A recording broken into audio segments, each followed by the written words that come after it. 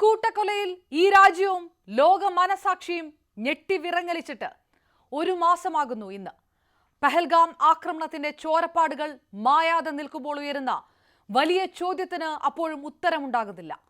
എവിടെയാണ് കൂട്ടക്കൊല നടത്തിയ ആ ഭീകരർ? ഭീകരാക്രമണത്തിന് രാജ്യം നൽകിയ തിരിച്ചടി കൊണ്ട് ജനങ്ങൾക്കിടയിൽ ഉയർന്ന രോഷം തണുപ്പിക്കാൻ കേന്ദ്ര സർക്കാരിന് കഴിഞ്ഞിട്ടുണ്ട് എന്നതിൽ തർക്കമില്ല. പഹൽഗാമിൽ സ്ത്രീകളുടെ സിന്ദൂരം മായ്ച്ചതിന്, 26 പേരുടെ ശരീരത്തിൽ നിന്ന് ചോര ചിന്തിയതിന് ഓപ്പറേഷൻ സിന്ദൂറിലൂടെ ഇന്ത്യൻ സേന കൊടുത്തത് പകരം വെക്കാനില്ലാത്ത മറുപടി തന്നെയാണ്. പഹൽഗാമിലെ കൂട്ടക്കൊലയ്ക്ക് സഹായം നൽകിയ ഒരാൾ ഉൾപ്പെടെ 6 ഭീകരരെ വകവരുത്തുകയും ചെയ്തു സേന. പക്ഷേ ഒരു മാസം പിന്നിട്ടിട്ടും ചോര വീഴ്ത്തിയവർ, ജീവനെടുത്തവർ കാണാമറയത്ത് നിൽക്കുന്നത് എന്തുകൊണ്ടാണ്? രഹസ്യാന്വേഷണ വീഴ്ചയുടെ ഉത്തരവാദിത്തം ആർക്കാണെന്ന അന്വേഷണവും എവിടെയും എത്താത്തത് എന്തുകൊണ്ടാണ്? ആയിരക്കണക്കിന് ടൂറിസ്റ്റുകൾ എത്തുന്ന സ്ഥലത്ത് ആ ദിവസം ഒരു സുരക്ഷാ ഉദ്യോഗസ്ഥൻ പോലും ഇല്ലാതിരുന്നതിന്റെ വീഴ്ച ആർക്കാണ്? പക്വതയോടെ ഈ രാജ്യം ഭീകരവാദത്തെ നേരിടുകയാണ്. ഭീകരവാദത്തിന് ഇരയായവരുടെ കുടുംബങ്ങൾ നടത്തിയ പ്രതികരണങ്ങൾ പോലും അത്ര പക്വമായിരുന്നു.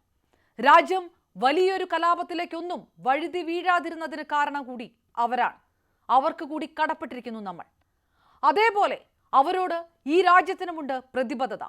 അതിന് നമുക്ക് ആ ചോദ്യങ്ങൾക്ക് ഉത്തരം കിട്ടുക തന്നെ വേണം.